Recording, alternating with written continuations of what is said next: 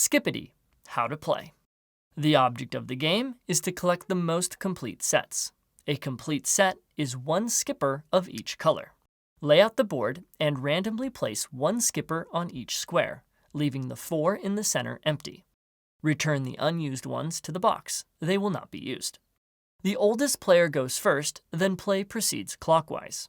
On your turn, use any skipper on the board to jump horizontally or vertically over any other skipper to an empty space beyond, capturing that skipper. You may not move a skipper to an adjacent empty space, nor jump diagonally. Skippers may only jump exactly one other skipper at a time, but you are allowed to string together multiple subsequent jumps in a single turn, if you want, changing direction in between jumps if needed.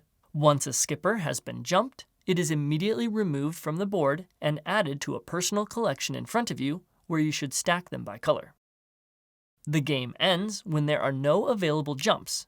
Then each player counts how many complete sets of 5 different colored skippers they have. The player with the most sets wins. If it is a tie, then the tied player with the most total skippers wins. Still a tie? Then the tied players share the victory.